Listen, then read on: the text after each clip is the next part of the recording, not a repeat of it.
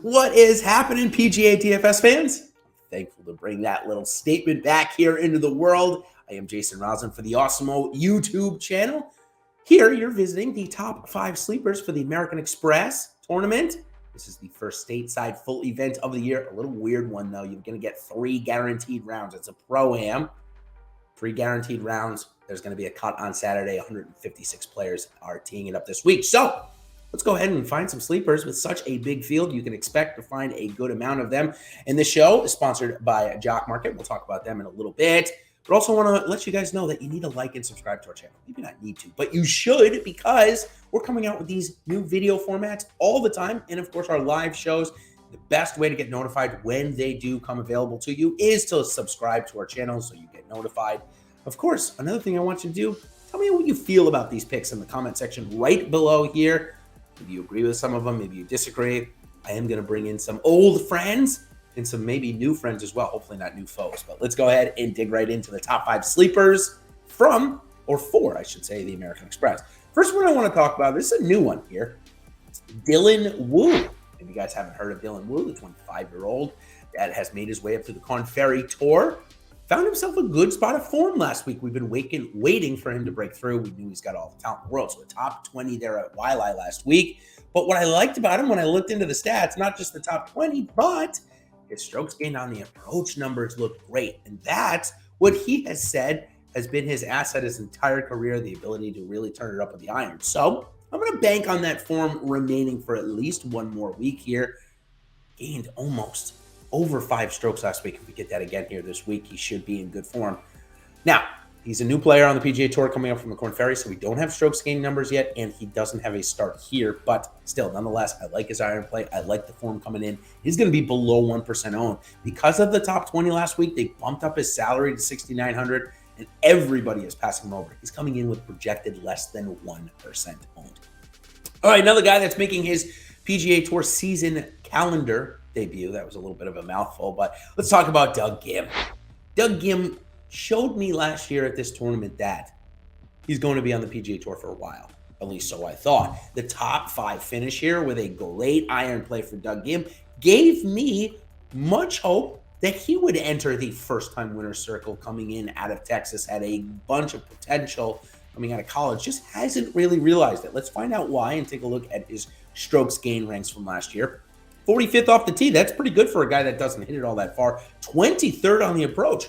Guy that's top 50 in both ball striking categories, you would think certainly has a chance to win golf tournament. But when you look at his putting numbers, ranked 160th last year. That's not going to get it done. 67th around the green. Here's what I like, though. Greens are much smaller here, 5,000 square feet, some of the smallest on the PGA Tour. Maybe that's why Doug Ghim had a big-time start here, finishing 5th. Also should feel rested, did not travel out to Hawaii in the last 2 weeks. As I mentioned, making his first start this season in the calendar year. So Doug Ghim, 7,500 at 4% owned. If he gets a top 10 this week and say he's around 7,800 next week at the Farmers, people are going to love him. So let's try and jump on him, get another good start here at the American Express, and roll with Doug Ghim. All right, next guy I want to talk about is Alex Noren. And Alex Noren, well, he had kind of a Spieth-like dive in the OWGR category last year, the official World Golf Rankings. He was a guy that was in the top 10, for goodness sakes, for quite some time. But still, he's been able to come back quite a bit as Alex Noren and bounce back, not to the level that Jordan Spieth has, but now ranked 66th in the world. Went on a great stretch from the Olympics all the way through Mayakoba, made every cut, came in the top 15 or top 24 times, top 10 twice, but finished the year kind of on a down note, missing the cut at the RSM Classic. So because of that, nobody really wants to own him this week. He's projected at less than 5% owned for a guy that's above 8,000. That is something that I always love to jump on. He's got decent course history here as well, 40th and 14th in the last 2 years. He's sandwiched. He's sandwiched in between a couple of very popular golfers here this week, which obviously will help bring his ownership or keep his ownership down.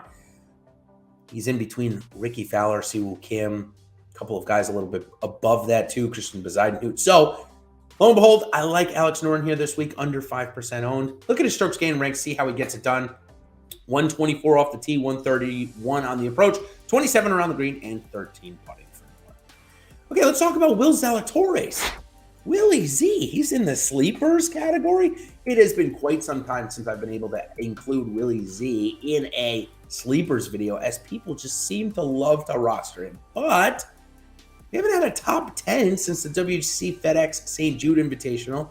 Since then, we've also thrown in a couple of missed cuts. Maybe some things are not all the way right since he hurt his back there at the Open Championship over the summer, but plenty of time to rest and recover, and nobody wants to play him at $9,000. 5% owned for Will Zalitoris. Obviously, we know his upside is tremendous. Let's try and get him at 5% owned this week. We don't have to do much. We don't have to go overboard to own him to try and get leverage on the field. So 19th here last year gives us all the confidence we want. Miscut the year before that. Did not play in Hawaii. And obviously, being his first season on tour last year, they don't give us the strokes gain numbers, but certainly we will get that soon. So Will Zalitoris, 5% owned. Love him this week. Also, another place that you might be able to get a couple of shares at pretty cheap is over on Jock Market, the sponsor of this video on demand series. And what they do over on Jock Market, if you don't know, they turn fantasy sports into a stock market exchange. Great for somebody like me coming over from that world. You get to make money every minute of every second that your event is going on. You get to buy and sell shares of the players in real time. And how you pick up shares of those players? Well, you get to go to the pregame IPO. And of course, we provide those projections, pregame IPO projections for free. So check it out. Then once you purchase those shares of those players, you can buy, sell, or hold in real time during the event. So it's pretty great. Two great promos going on over there for you. Use promo code Awesemo, all capital, to get $50 match on your first deposit. And in addition, Jock Market is going to guarantee your first market. They call it the first market guarantee, where they will refund you any losses up to $100 on your first NFL or NBA market. So download them in the App Store or Google Play today. All right, now let's get my top sleeper of the week. It's going to take me a couple of seconds to talk about him. It's Abraham Ancer. He's coming in at $9,100, $600 less than he was last week. Just 10% owned and trending lower. Here's what I like about what I saw. At Waialae, he was easily well inside the cut. He was 7 under heading through the back nine, and then made some terrible mistakes. Missed almost every putt coming in the last 6 holes. Ended up missing the cut by 2, or almost on the number. But when you look at his stats, he was good around the green. He was good on the approach. He was good off the tee, but he lost 2.5 strokes putting in 2 days. That's kind of what Ancer does. But he has spike weeks. 2 of his big spike weeks on the PGA Tour have come at this event. Excuse me, it's 9,200 this week, not 9,100. I apologize. I must have been looking at Zalitoris, who is 9,100, not at 9,000. So I messed them up by 100. Apologize. Now let's get back on to Ancer. Ancer has putted some of his best here, 5th and 2nd in the last 2 years, and should have won 2 years ago to Rahm. That's where we are, and I think we're going to get a guy that loves this golf course, that seems to be in good ball striking form at less than 10%. I think it's a great spot for a bounce back for Ancer. When we look at his strokes gain ranks last year, why he had a breakthrough year and won for the first time. Oh, strokes gain off the tee was 24th. His strokes gain on the approach was 25th, and putting was top 30. That's some great stats. Obviously, if he misses the green, it's not that great. 117th around the green. So love Ancer, less than 10%. Love Zalitoris, who's coming in at 5%. Alex Noren below 5%. Doug Ghim also below 5%. And then the one, I won't say the one true, the definite true sleeper of the week, Dylan Wu, coming in at 6,900. All right, folks, that will do it here for my short form top sleepers, the American Express. I'll be back next week for the Farmers. I expect to see the biggest PGA DFS contest we've seen all year next week, as a strong field is expected to assemble in San Diego. So until 1 o'clock today is Tuesday for me, I will be off the waves, but 1 o'clock I'll be back on them with Ben Raza, going over some PGA DFS strategy show. And if you can't make that, watch it on playback, or join Ben Raza and Eric Lindquist live before lock, 8 o'clock on Wednesday night. So until then, everybody, good luck this week at the American Express, and we'll see you at the Farmers next week. Cheers.